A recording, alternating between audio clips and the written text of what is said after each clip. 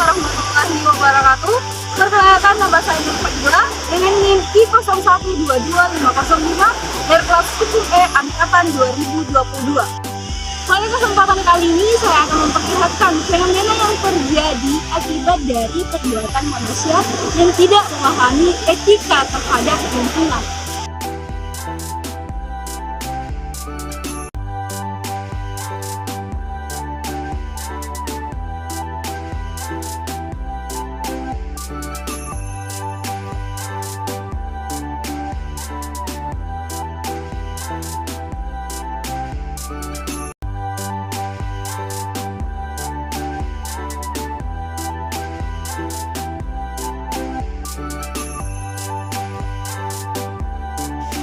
Setiap harinya kita pasti menghasilkan yang namanya sampah.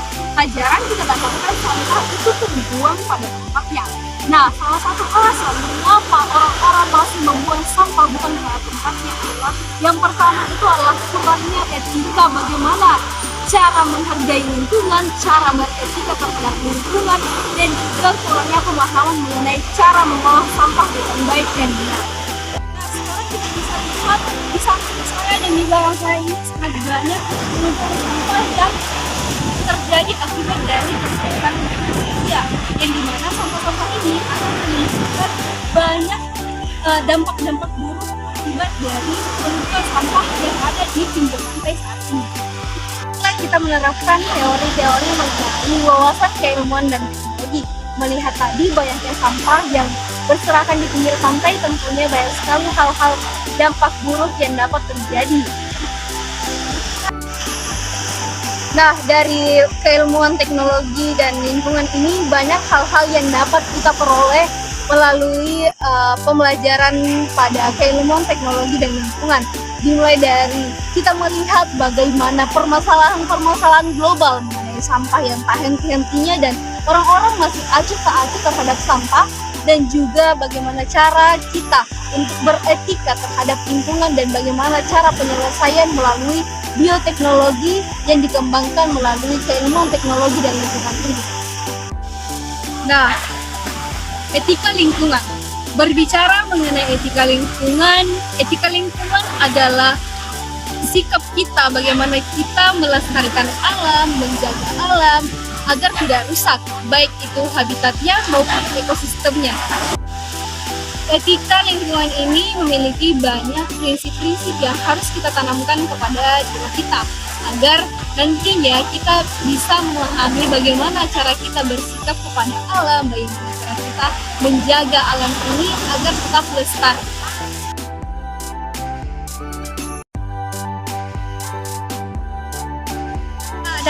Adapun prinsip yang pertama itu adalah sikap hormat terhadap alam. Selain hormat terhadap manusia, tentunya kita juga harus hormat terhadap lingkungan. Terus bagaimana cara kita menghormati alam? Yaitu dengan cara kita merawat, menjaganya, dan melestarikannya.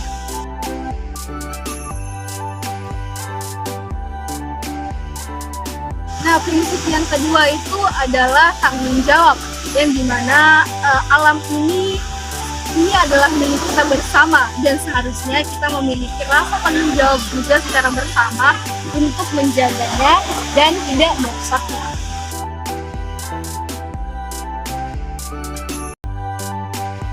Prinsip yang ketiga ini adalah prinsip solidaritas kosmis. Solidaritas kosmis ini adalah mendorong manusia untuk menyelamatkan lingkungan. Kalau kita melihat tadi sampah-sampah yang berserakan di pinggir pantai ini, tentunya itu tidak akan menyelamatkan lingkungan, apalagi ekosistem yang di laut. Apabila sampah-sampah ini terbawa arus, otomatis itu akan tercemar ke laut dan merusak ekosistem yang ada di laut.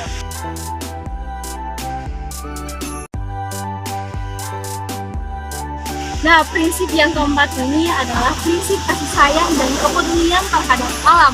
Nah, prinsip ini adalah moral satu arah menuju arah yang lain tanpa mengharapkan balasan. Bukan hanya kasih sayang kepada orang saja, tapi kasih sayang terhadap lingkungan juga kita harus mengetahui hal tersebut.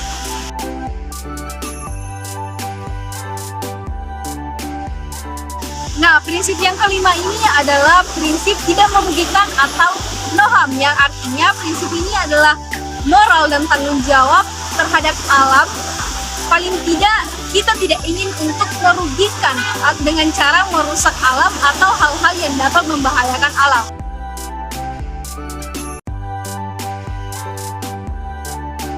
Prinsip yang keenam ini adalah prinsip hidup sederhana dan selaras dengan alam, yang dimana prinsip ini berbicara mengenai kualitas, nilai, bukan berbicara mengenai kekayaan, standar, dan hal-hal yang berbau material.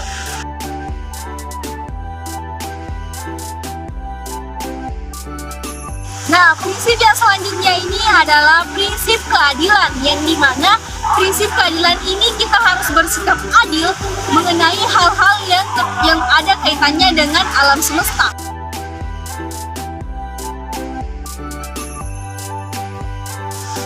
Nah, prinsip yang selanjutnya ini adalah prinsip demokrasi.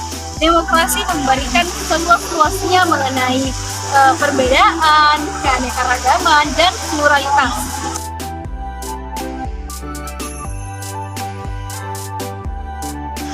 Nah, prinsip yang selanjutnya ini adalah prinsip integrasi moral. Prinsip ini utamanya ditujukan kepada orang-orang yang menjabat kedudukannya lebih tinggi dalam berkehidupan dan atau bernegara. Nah, atau orang-orang yang memiliki keahlian dan tanggung jawab di bidang yang berhubungan dengan lingkungan alam.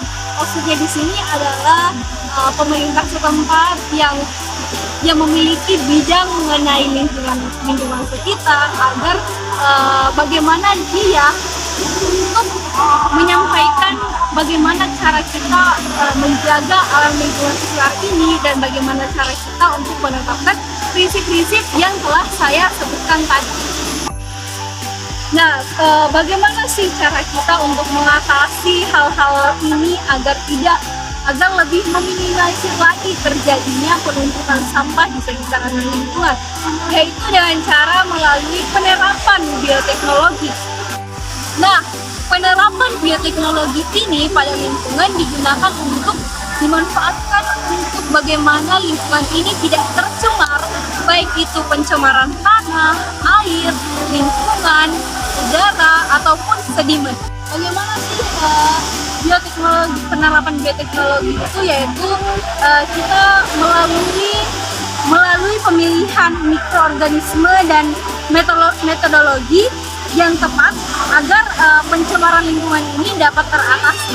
Adapun contoh bioteknologi lingkungan adalah bioremediasi, yakni pengembangan enzim bioreaktor yang tidak hanya mengolah beberapa komponen limbah makanan dan industri dengan zat kimia sebelum dibuang, tapi juga memungkinkan pembuangan secara efisien melalui selokan tanpa menggunakan mekanisme pembuangan sampah padat. Nah, disinilah peran teknologi terhadap lingkungan, yaitu guna teknologi ini adalah bagaimana orang-orang dapat mengetahui melalui teknologi cara untuk mengatasi sampah dengan baik dan benar, cara mengolah sampah dengan baik dan benar, dan juga kita melihat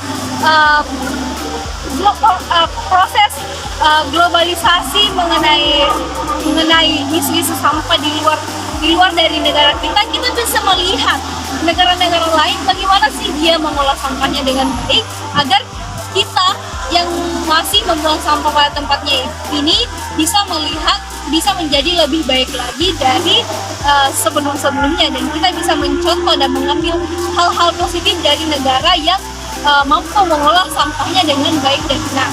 Sekian dari saya, kurang lebihnya mohon dimaafkan.